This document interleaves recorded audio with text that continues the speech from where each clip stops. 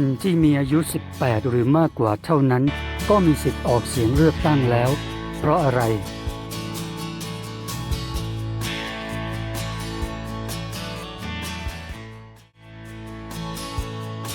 เฉพาะคนที่รักชาติรักส่วนรวมและฉลาดเท่านั้นไม่ดีหรือ